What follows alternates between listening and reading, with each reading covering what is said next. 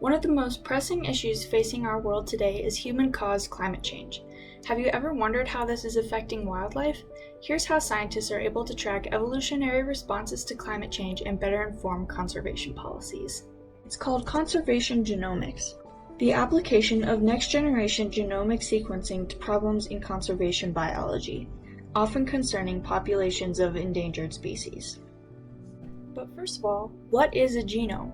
Inside each cell of every living thing is a nucleus containing the entirety of its DNA, the molecule that carries individual genetic information.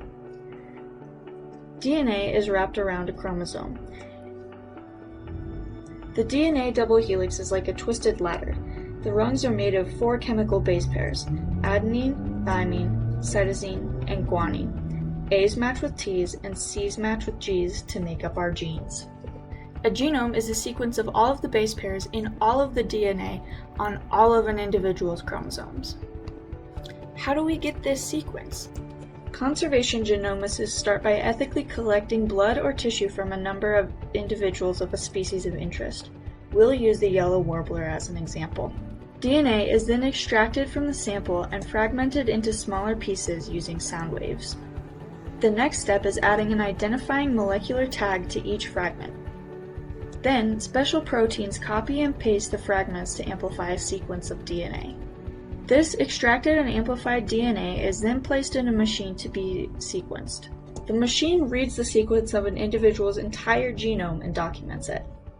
From this, scientists are able to identify genetic differences in individuals, populations, and even species. By identifying genomic differences, scientists are able to understand how populations or species are changing, especially in the face of human-caused climate change. For example, in a study on yellow warblers by Rachel Bay and colleagues, genomic differences identified in the regions of DNA associated with behavior and migration are strongly correlated to geographic location and precipitation.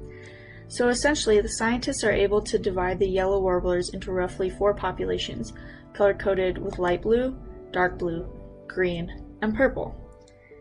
These populations behave differently due to the natural selection of genetic expressions that give them survival advantages based on where they live and how much it rains there. This is just one example. Similar analyses are being done on a variety of animal species worldwide. All of this analysis helps researchers and conservationists communicate to policymakers so we can better protect our wildlife. As pressures related to climate change continue to affect the wild animals we share the earth with, it's important that we as humans use all of our best tools to help protect them.